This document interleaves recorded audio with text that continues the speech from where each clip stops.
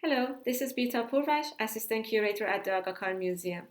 The object of the week that I'm highlighting for the week of anticipation is a ceramic dish from Eastern Iran made in 10th century. And this is actually the first area that I became interested in the field of Islamic art when I started my graduate studies.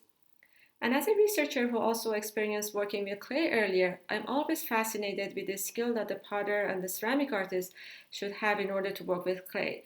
From choosing the right type of a clay and knowing your clay to the choice of glaze, applying the glaze, but also anticipating the firing process and what is actually happening in the kiln.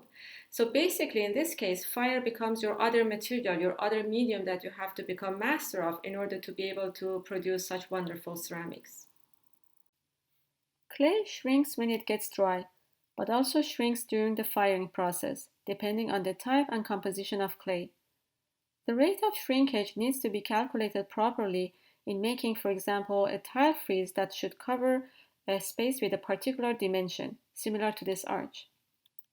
On the other hand, the heat, the atmosphere in the kiln, and the duration of firing all can affect how the color of glaze and the body of the ceramic will turn out. For example, for producing luster ceramics such as this plate, potters need to control the oxygen level in the kiln in order to obtain the golden effect that is achieved here. In case of the ceramic that we are discussing today, the potter had all the mastery that we mentioned earlier, however, leave the part of the process to the fire itself. The dish is decorated in a technique that gives it a splashed effect. This technique is mostly known from ceramics produced in China during Tang Dynasty, but was also common later during 10th century in eastern Iran. Some aspects such as the incised pattern that we see here are specific to these ceramics that were made in Iran. In order to make this splashed effect, a thicker than usual layer of glaze would be applied to the surface of the dish.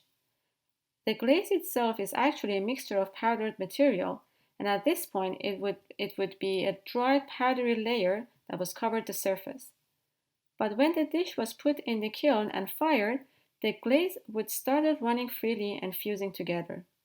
And this is the part that the potter could anticipate, but really couldn't completely control. In other words, it was up to the fire and the heat to collaborate with him on this wonderful creation.